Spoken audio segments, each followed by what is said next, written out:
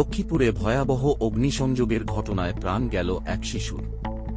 জেলার সদর উপজেলার ভবানীগঞ্জ ইউনিয়নের চরমনসা গ্রামের সুতারগোপ্তা এলাকায় গভীর রাতে বিএনপি নেতার বসতঘরে তালা লাগিয়ে পেট্রোল ঢেলে আগুন দেয় দুর্বৃত্তরা। এই ঘটনায় অগ্নিদগ্ধ হয়ে মারা গেছে 7 বছর বয়সী শিশু আয়েশা আক্তার। গুরুতর দগ্ধ হয়েছেন তার বাবা বেলাল হোসেন এবং তার আরও 2 মেয়ে বিথি আক্তার ও স্মৃতি আক্তার। স্থানীয়রা জানান, রাতে পরিবারসহ ঘুমিয়েছিলেন বেলাল হোসেন। এ সময় বাইরে থেকে দরজায় তালা লাগিয়ে আগুন ধরিয়ে দেওয়া হয়। মুহূর্তের মধ্যেই আগুন ছড়িয়ে পড়ে পুরো ঘরে। খবর পেয়ে ফায়ার সার্ভিস ঘটনাস্থলে গিয়ে আগুন নিয়ন্ত্রণে আনে। আহতদের উদ্ধার করে সদর হাসপাতালে নেওয়া হয়। পরে গুরুতর অবস্থায় 2 শিশুকে জাতীয় বার্ন ও প্লাস্টিক সার্জারি ইনস্টিটিউটে পাঠানো হয়েছে। নিহতের বাবা বেলাল হোসেন ভবানীগঞ্জ ইউনিয়ন বিএনপির সহ সাংগঠনিক সম্পাদক বলে জানিয়েছে স্থানীয় প্রশাসন।